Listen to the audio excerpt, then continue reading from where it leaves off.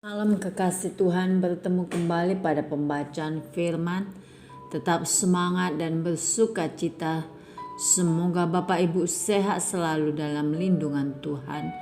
Sebelum membaca firman, kita berdoa terlebih dahulu. Tuhan Yesus yang Maha Suci Maha Baik, kami datang sujud bersimpuh di bawah kaki-Mu. Tiada kekuatan dunia yang kami andalkan selain kekuatan surga yang kami minta turun melingkupi kami. Urapi kami ya Allah Roh Kudus dengan seluruh pendengar yang mendengarkan firman-Mu. Terangi hati dan pikiran kami saat membaca firman. Kami mulai pembacaan firman ini hanya di dalam nama Tuhan Yesus yang Maha Ajaib. Haleluya. Amin.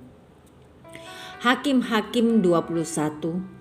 Suku Benyamin dapat tetap hidup.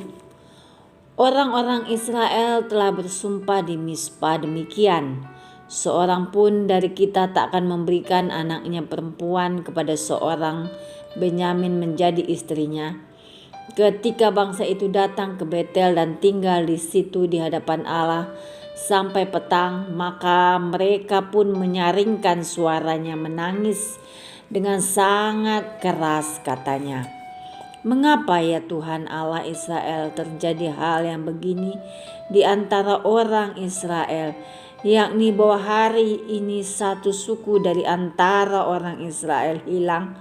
Keesokan harinya pagi-pagi maka bangsa itu mendirikan mezbah di situ, lalu mempersembahkan korban bakaran dan korban keselamatan. Pada waktu itu berkatalah orang-orang Israel, siapakah dari seluruh suku Israel yang tidak ikut datang dengan jemaah ini untuk menghadap Tuhan? Sebab mereka telah bersumpah dengan sungguh-sungguh mengenai orang yang tidak datang menghadap Tuhan di Mispa demikian. Pastilah ia dihukum mati." Orang-orang Israel merasa kasihan terhadap suku Benyamin, saudaranya itu. Maka kata mereka, "Hari ini ada satu suku terputus dari orang Israel. Apakah yang dapat kita lakukan kepada orang-orang yang tinggal itu dalam hal mencarikan istri? Karena kitalah yang bersumpah demi Tuhan untuk tidak memberikan seorang pun dari anak-anak perempuan kita kepada mereka menjadi istrinya." Sebab itu berkatalah mereka, "Dari suku-suku Israel adakah satu yang tidak datang menghadap Tuhan di Mispa?" Lalu tampaklah bahwa dari Yabes Gilead tidak ada seorang pun yang datang ke perkemahan jemaah itu. Lalu diperiksa jumlah bangsa itu, dan tampaklah tidak hadir seorang pun dari penduduk Yabes Gilead. Maka perkumpulan itu menyuruh ke situ 12.000 orang dari orang-orang gagah perkasa dengan memerintahkan kepada mereka demikian, "Pergilah, pukullah penduduk Yabes Gilead dengan mata pedang, juga perempuan-perempuan dan anak-anak. Tetapi perbuatlah begini, hanya semua laki-laki sajalah, dan semua perempuan yang telah pernah tidur dengan laki-laki harus kamu tumpas." Mereka menjumpai di antara penduduk Yabes Gilead 400 orang anak gadis perawan yang belum pernah tidur dengan orang laki-laki. Lalu gadis-gadis itu dibawa mereka ke perkemahan di Shilo di tanah Kanaan. Sesudah itu segenap umat itu menyuruh orang membawa pesan kepada Bani Benyamin yang ada di Bukit Batu Rimon, lalu memaklumkan damai kepada mereka. Pada waktu itu kembalilah suku Benyamin, dan kepada mereka diberikan perempuan-perempuan yang telah dibiarkan hidup dari antara perempuan Yabes Gilead. Tetapi belum cukup juga jumlahnya bagi mereka. Maka bangsa itu merasa kasihan kepada suku Benyamin, karena Tuhan telah membuat keretakan di antara suku-suku Israel. Kemudian berkatalah para tua-tua umat itu, "Apakah yang dapat kita lakukan kepada yang tinggal ini dalam mencarikan istri? Sebab perempuan-perempuan telah punah dari antara suku Benyamin." Lagi kata mereka, "Warisan orang-orang yang terluput itu haruslah tetap tinggal pada suku Benyamin. supaya jangan ada suku yang terhapus dari antara orang Israel. Tetapi kita ini tidak dapat memberikan istri kepada mereka dari anak-anak perempuan kita, sebab orang-orang Israel telah bersumpah demikian. Terkutuklah orang yang memberikan istri kepada suku Benyamin.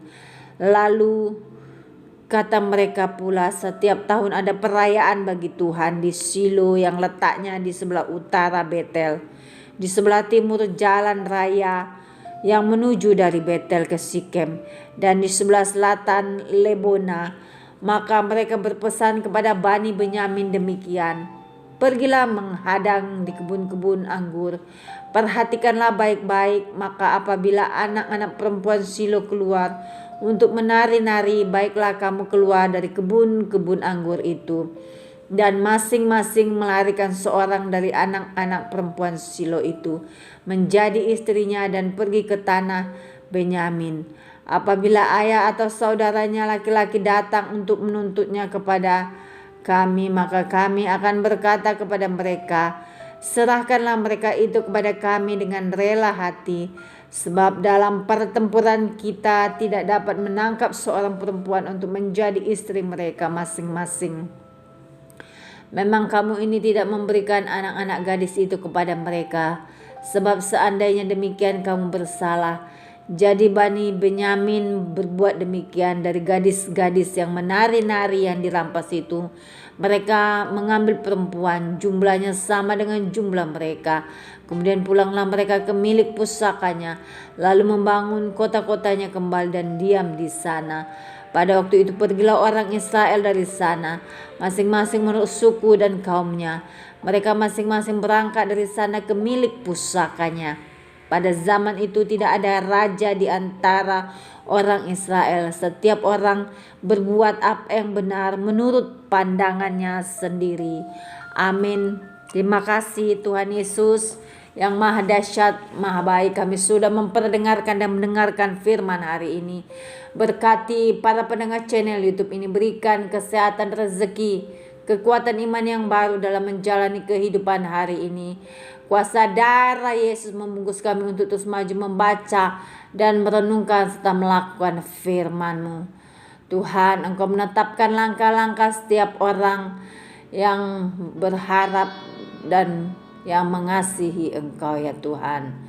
Terpujilah Engkau Yesus El Shaddai. Haleluya. Amin.